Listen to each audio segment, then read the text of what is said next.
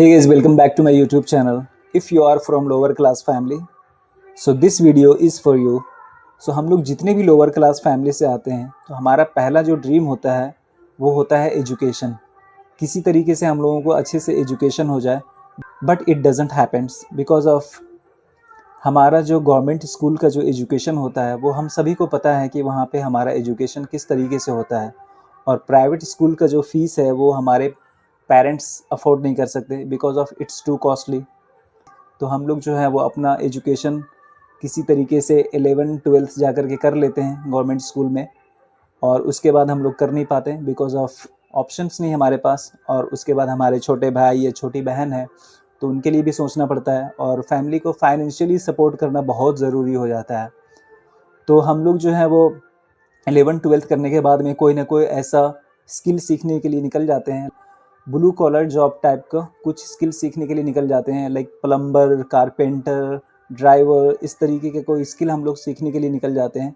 6 महीना 1 साल टाइम उसमें देते हैं, और उसके बाद फिर हम लोग कोई स्किल सीख लेते हैं जिससे कि 15-20 हज़ार रुपये कमाने लगते हैं।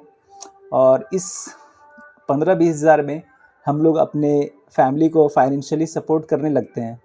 बट उसके बाद जो टर्निंग पॉइंट आता है वो कुछ दिन तक तो हम लोग काम करते हैं उस पर, और हमारे जो पेरेंट्स है वो ये समझते हैं कि हमारा जो बच्चा है वो 15-20 हज़ार कमाने लग गया है तो अब इसकी शादी कर दी जाए। 22-23 साल के बाद में हमारी जो है वो शादी का टाइम आ जाता है, और जो टर्निंग पॉइंट है वो शादी के टाइम आता है। 22-23 साल के बाद जो बच्चा शादी कर लेता है वो उसको संभलना लगभग नामुमकिन सा हो जाता है बिकॉज ऑफ वहाँ से संभलना बहुत मुश्किल है। तो मैं उनके पेरेंट्स से रिक्वेस्ट ये करना चाहूँगा कि प्लीज़ अपने बच्चे को 22-23 साल की एज में शादी ना करें बिकॉज ऑफ वो शादी करने का एज बिल्कुल भी नहीं है, ख़ास करके जो लोअर क्लास फैमिली से आते हैं उनके लिए। बिकॉज ऑफ वो उस टाइम शादी ना करके आप ऐसा करें कि 12 घंटे का टाइम हम लोगों के पास होता है, 8 घंटा आप काम करें, 9 घंटा काम करें, जहाँ पे भी आप काम करते हैं जो स्किल्स आपके पास है उसमें आप 9 घंटा दें। उसके बाद जो भी आपके पास 3 से 4 घंटा बचता है वो आप अपने पार्ट टाइम में फ्रीलांसिंग में उसको कोई ऐसी जगह पे अपने आप को ट्रेंड करें। बहुत सारे ऐसे ट्रेनिंग इंस्टीट्यूट है जहाँ पे अपने आप को आप जा कर के इम्प्रूव कर सकते हैं। कुछ ऐसी ट्रेनिंग ले लें लाइक फिज़िकल हार्ड वर्क छोड़ करके, क्योंकि आजकल जो है वो टेक्नोलॉजी का टाइम है, तो आप लोग सिस्टम पे काम करना सीख जाएं। और सिस्टम पे बहुत सारे ऐसे काम होते हैं, लाइक डिज़ाइनिंग का काम हो गया, अकाउंटेंट का काम हो गया, बहुत सारे ऐसे काम है तो आप कहीं से भी जाके सीख सकते हैं। कोई भी ट्रेनिंग इंस्टीट्यूट में जाकर के अपने आप को ट्रेंड कर सकते हैं। तो प्लीज़ अपने आप को वहाँ पे ट्रेंड करें, अपने आप को इम्प्रूव करें।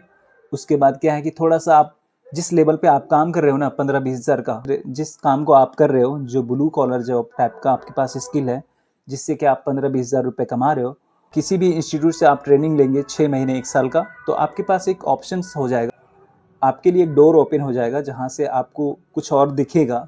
तो वहाँ से एज अ फ्रेशर आपको 15-20 हज़ार का नौकरी कहीं पे मिल जाएगा। तो प्राइवेट सेक्टर का एक फ़ायदा ये होता है कि वहाँ पे आपकी डिग्री नहीं देखी जाती, वहाँ पे आपकी काबिलियत देखी जाती है, आपका स्किल्स देखा जाता है। जो आपके पास स्किल है उसके हिसाब से आप सैलरी लीजिए और ज्वाइन कर लीजिए प्राइवेट कंपनी को। तो ये फ़ायदा होता है वहाँ पे। तो प्लीज़ पहले अपने आप को इम्प्रूव करें, देन उसके बाद मैरिज करें। मैरिज करने के लिए पूरी ज़िंदगी पड़ी है, 25 साल 26 साल में आप कर सकते हो। अगर आपने 3 साल किसी भी स्किल में दे दिया, किसी भी फील्ड में आपने दे दिया, तो आप उसके मास्टर बन सकते हैं। तो प्लीज़ शादी करने से पहले पहले अपने आप को इम्प्रूव कर लें, फाइनेंशियली इम्प्रूव कर लें, स्किल से इम्प्रूव कर लें, उसके बाद फिर शादी करें। It doesn't matter.